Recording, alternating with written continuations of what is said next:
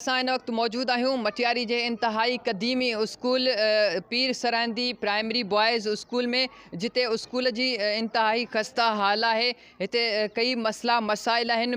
ॿारनि जी जेको आहे वेहण जे लाइ बेंचूं बि न आहिनि। ॿार जेके आहिनि ज़मीन ते तालीम हासिल करे रहिया आहिनि। अचो त नाज़रीन, हिते जेके उस्ताद आहिनि, जेके शागिर्द आहिनि, उन्हनि खां पुछूं था त आख़िर उन्हनि जा कहिड़ा कहिड़ा मसला मसाइल आहिनि। अचो त वधीक हू ॾिसूं था चेकअप न्यूज़ सां पंहिंजा वीचार कीअं था वंडीनि।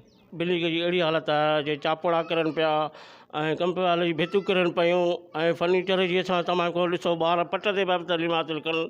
असांखे तमामु ज़रूरत आहे कंप्यूटर वाले जी ऐं बाथरूमनि जी पाणीअ जी।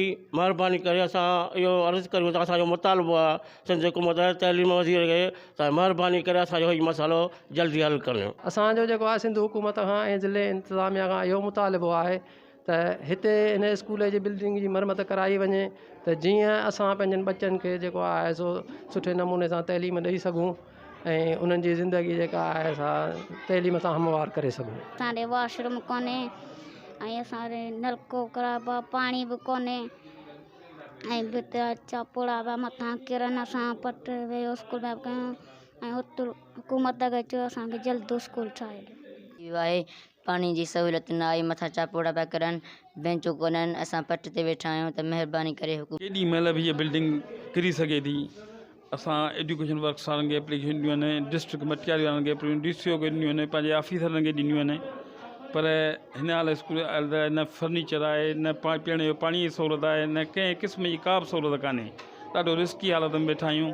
असीं गवर्नमेंट खां मुतालबो कयूं था, हुकूमत सिंध खां, डिस्ट्रिक्ट मटियारी वारनि खां जल्द जल्द शहर जो पुराणो स्कूल आहे ऐं 300 खां मथे ॿारनि जी हिते एनरोलमेंट आहे बहितरीनु नमूने। त असीं इन ॻाल्हि ते मजबूर थी चुका आहियूं त हिन वक़्तु 2 क्लास हलाए रहिया आहियूं। ॿियो ऐं चोथों हिकिड़े ॾींहुं था घुरायूं त पंजूं ऐं पहिरियूं ॿिए ॾींहुं था घुरायूं। तंहिंजे करे हुकूमत गवर्नमेंट खां असांजो मुतालबो आहे त हिन स्कूल खे जल्द जो जल्द कंडीशन बहाल कई वञे।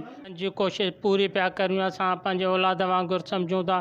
असांजे स्कूल में 4 क्लासनि जे मां 2 क्लास बंदि, असांखे मथां 2 क्लास बंदि पिया आहिनि, चापोड़ा पिया करनि, कंपाउंड वाल जेको आहे सो किरे पियो आहे, कुता पिया शाम जो अचनि, ॿाहिरियां माण्हू अचो कचहरियूं कनि, पाणी आहे कोन, पाणी वीचारा ॿार परियां परियां भरियो अचनि। उहे हिन जे लाइ असां सिंध गवर्नमेंट खां घुर था करियूं त महिरबानी करे जल्द जल्द असांखे स्कूल ठाराए ॾियनि, असांजी जेके ज़रूरतनि से पूरियूं करे। जी नाज़रीन, असां हिते स्कूल जी ऐं जेके ॿारनि जूं ॻाल्हियूं ॿुधियूं, हुननि जो इहो चवणु आहे त असांजे स्कूल जी खस्ता हालीअ जो शिकार आहे। हिते कई मसला मसाइल आहिनि जेके हिते स्कूल जी इंतहाई खस्ता हालत। जेके ॿार आहिनि, तव्हां अगरि मुंहिंजो कैमरामैन तव्हांखे ॾेखारे त ॿार जेके आहिनि उहे ज़मीन ते वेही तालीम हासिल कनि पिया। हुननि जो इहो चवणु आहे त आख़िर असांजो कहिड़ो ॾोह आहे जो असां ज़मीन ते वेही तालीम हासिल करे रहिया आहियूं। हिते फर्नीचर जी तमामु घणी खोट आहे, पीअण जे पाणी जी शदीद खोट आहे।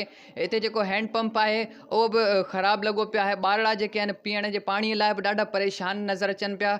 स्कूल जी खस्ता हाल आहे। जेके आहिनि चापोड़ा किरी रहिया आहिनि, जेके छितियूं भितियूं आहिनि उहे इंतिहाई जेको आहे किरी रहियूं आहिनि। ॿारनि जी ज़िंदगीअ खे बि ख़तरो आहे, उस्तादनि जी ज़िंदगी बि ख़तरो आहे।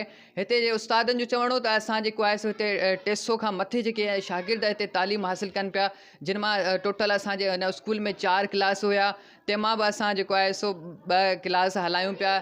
छाजे करे जो जेके 2 क्लास आहिनि उहे इंतिहाई खस्ता हालीअ जो शिकार आहिनि। केॾी महिल बि उन जा जेके आहिनि चापोड़ा किरी सघनि था, भितियूं किरी सघनि थियूं।